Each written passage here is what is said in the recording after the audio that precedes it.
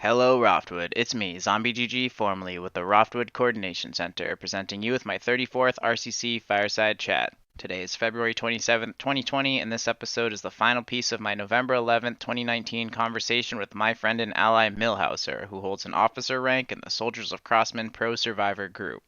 Millhouser and the SOC helped the RCC out hella hard during the Ridleybank Resistance Front's most epically horrifying 2019 Halloween bashing of Roftwood. Thanks for tuning in, and I hope you enjoy the show.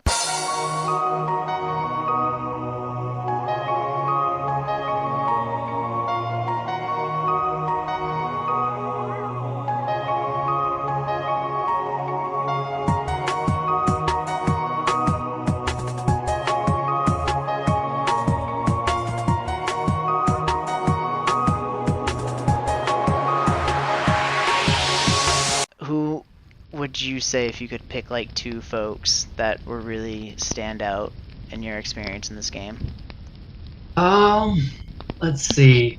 It's kind of difficult just because the technical side of the game, like the wiki, the forum, all that stuff, I have a very hard time navigating a lot of that. So most of my stuff would be in game. If I had to pick probably two, it'd be a character named Go-Go Mouse. He was a member of the Soldiers of Crossman way back in the day. When I first got there, he was the squad leader that I had at the time. And the in-game activity that this kid had was insane. Like, I couldn't keep up even when I was on, for hours at a time trying to, figure out what was going on, where we were going, thought processes behind certain strategies and tactics. Go-Go Mouse is up at the top. I tried to reach out and see if we can't get him back in the game once or twice. To no avail. But that would be probably my number one, just because he seemed like he had the most fun with the game. Go-Go Mouse. Yeah, Go-Go Mouse. Old school Soldiers of Crossman. Yeah, like way back in the day. Probably, I don't know when he went active, because I ended up going inactive, and when I came back, he was on at the time. But he got promoted in the Soldiers of Crossman pretty quick, too, and then I assume real life stuff just kind of happened and got in the way, and he's been out of it ever since. And then my second, and I'm trying to look through all of my my contacts here. Most of the people in here are still active that have had like the biggest influence on my character. And then, I think Horizon leaving, or not Horizon, excuse me, Icon, his character was Horizon. I think Icon leaving was a pretty big blow for the game in general, just because of his presence everywhere in the game, whether it was in-game, whether it was on the forum, whether it was on the wiki. I've heard from multiple sources that guy had left a big footprint on the game. For the positive, He really did. I'm pretty blown away that when you first get in the game, you just immediately sign up with a group. I'm just a little jealous because I really wanted to get into the Roftwood Assault Force back when I first started, and I wasn't good enough, and you got to like have the whole thing. I made the Roftwood Elite when I came back in 2017, kind of like in the same style as the old school RAF. I don't know. I just like that shit. It was just the super cool, like, pro survivor hero, save Roftwood kind of militant thing. And then the Malton medical staff are always there to give us needles and facts and stupid RP text humor.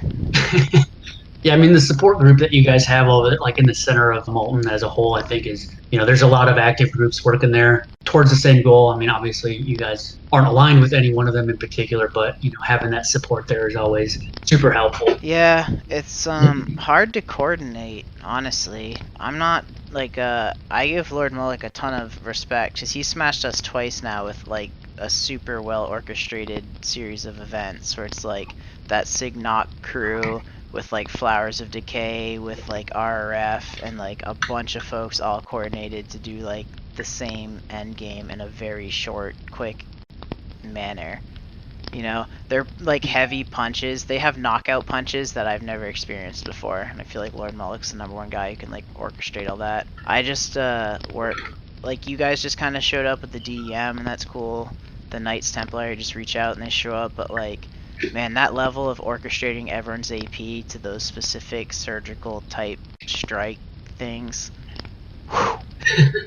Yeah, every character that you add to any type of strategy, it gives you 50 extra AP. So it's a lot more difficult, and I agree with you on the survivor side, especially if you're trying to play that pro survivor style game. Because like you were saying, the AP and then moving from place to place, trying to find facts and needles. And then, when you give them a substantial portion of what you can actually do in the game versus just stand up and spawn at some barricades. And I'm starting to come around to what you guys have to offer with your mentality about not getting super upset that we can't beat them, because it isn't about beating them, it's about surviving. Like, if I'm really playing like a pro survivor role with Zombie GG, then I should maybe just focus on surviving more than what we can hold.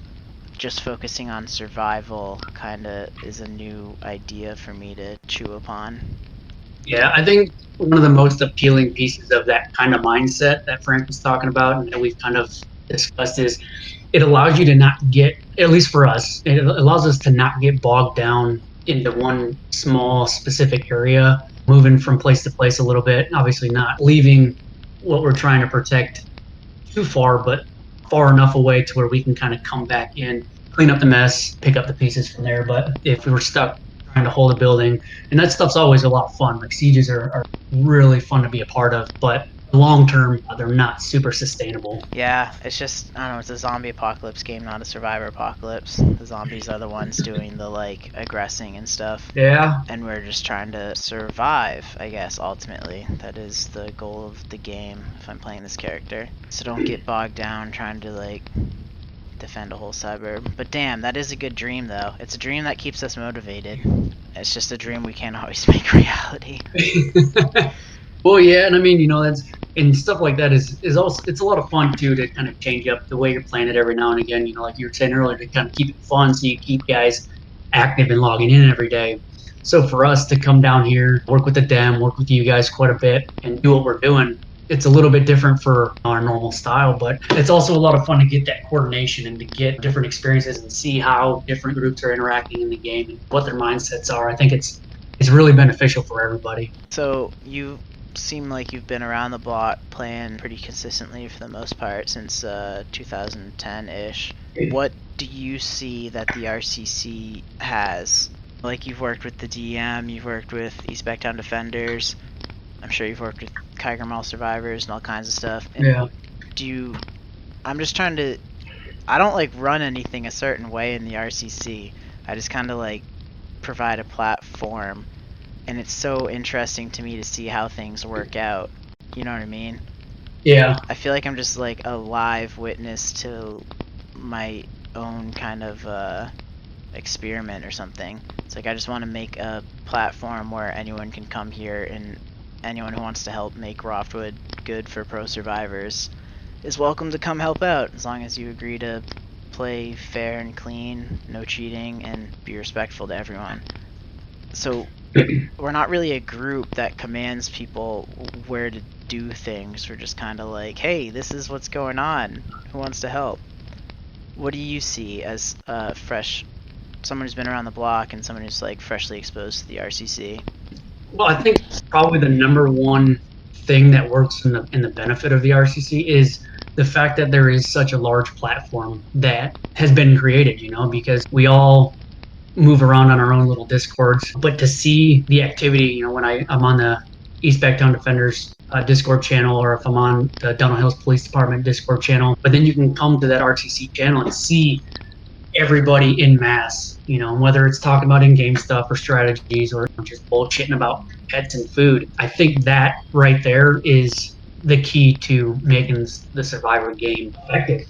Nothing can really happen without communication, and I think you say it's an experiment, which is a great way to label it right now, because what doesn't work in the future you can take out, and what does work, or when some of these really intelligent dudes come on and give input and advice, you can kind of manipulate what you're doing for the benefit of everybody. And I think that's probably the strongest thing, because I can get on there and see what's going on in Roftwood now, Ridleybank, Stanberry, Tollington, and it allows us over on the northwest corner to still put in our input, so everybody has a larger picture versus just logging onto the wiki and seeing a red suburb and some post on the wiki about a building that went down 3 days ago. You know what I mean? Yeah, I like trying to just maintain a platform instead of a group. That's why I walked away from leading the Roftwood Elite, because I just couldn't focus on the one group kind of thing. I wanted to make a thing where everyone could come and see what's going on and participate, and on either side of the battlefield.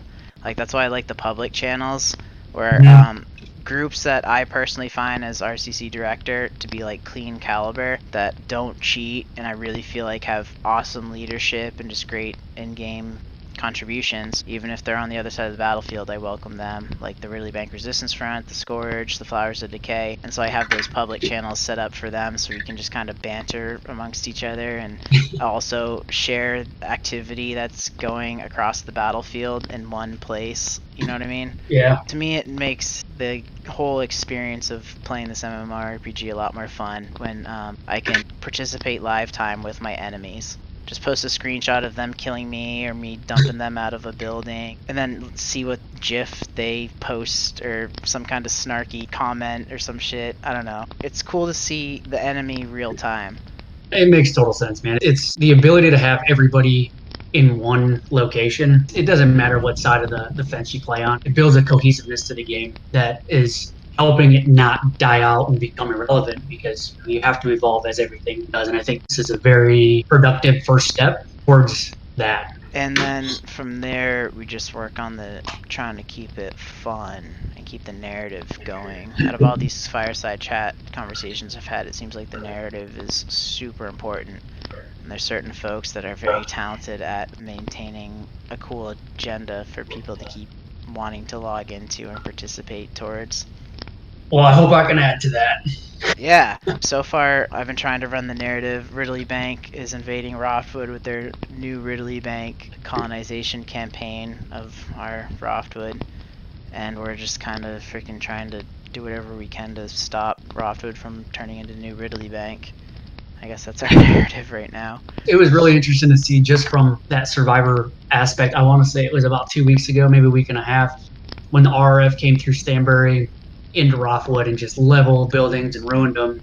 And then as soon as we all kind of jumped back on that bandwagon to come in behind them and start sweeping stuff up, the Gore Corps came through and just started messing people up. So just seeing that level of coordination on this side it's pretty damn awesome to see. It's heartbreaking, but it's definitely amazing. Definitely hats off to those folks, and to know that they just do it so clean too. You know, there's no stupid zerging or dirty play going on. It's just like, wow, well orchestrated performance. But yeah, we got 40 minutes. I can cut this little thing out, but this is just a little intermission. What's your general feel of the vibe?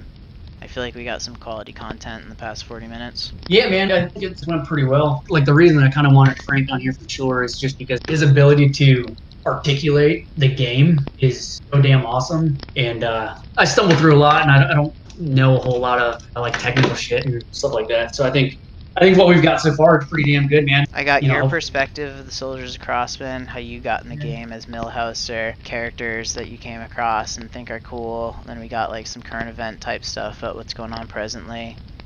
I think that's pretty much all the meat and potatoes. I'm trying to think if there's anything else you want to contribute. It's kind of, your show.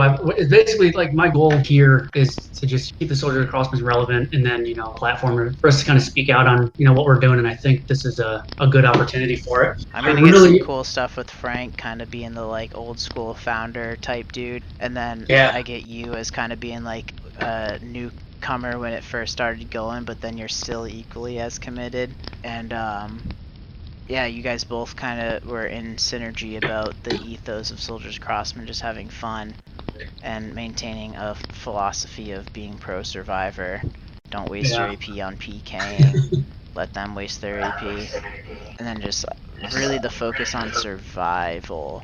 That's an interesting philosophy that we don't really have in the RCC, honestly. Well, as long as we can get it out there. It's just a mentality. I think you guys have a good recipe. You're still on the group sets for a reason after all this time. And I think I'm definitely happy to make a series out of this. You, Frank, I think right now we'll have like 4 episodes. I can cut Frank's into 3. I'll do you into 2.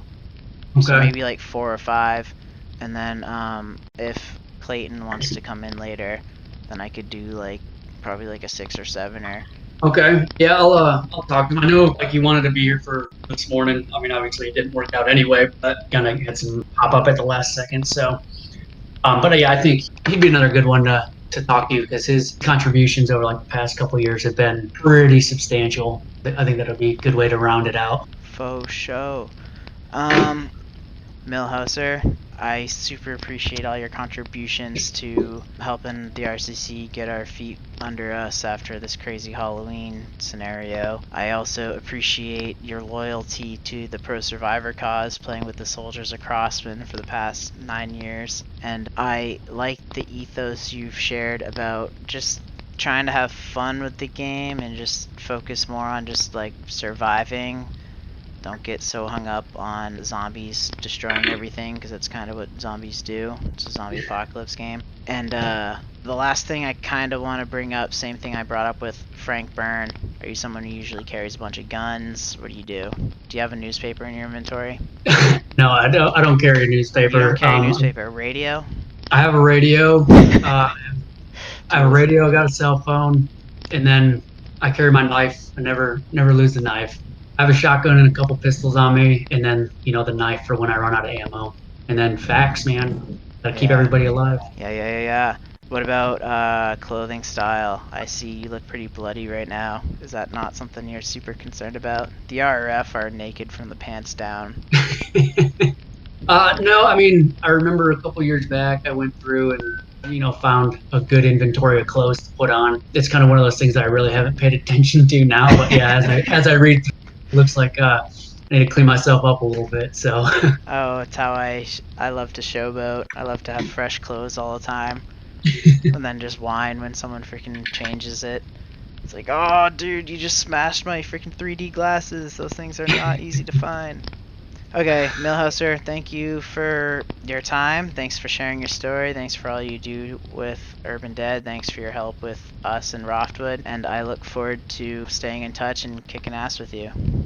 Absolutely. It's been a pleasure, and I appreciate you taking the time to talk to the Soldiers of Crossman. Welcome back, Roftwood. This concludes my November 11th, 2019 conversation with Millhouser, an officer with the Soldiers of Crossman Pro Survivor Group. Millhouser, thank you again for your assistance with the RCC survival effort during the Ridleybank Resistance Front's most fierce and destructive Halloween 2019 campaign on Roftwood. The scars we share have forever formed a bond between us, brother. Stay tuned for my final series in this RCC FSC show with another fine officer from the Soldiers of Crossman Pro Survivor Group, who too served in the trenches with the RCC against the RRF's 2019 Halloween invasion of Roftwood. A player I am glad to call my friend, Clayton Carmine, coming soon. This RCC Fireside Chat is a post-apocalyptic production proudly presented to you by what was once the Roftwood Coordination Center. I'm freshly retired Zombie GG, and as always, Roftwood, the pleasure's been mine.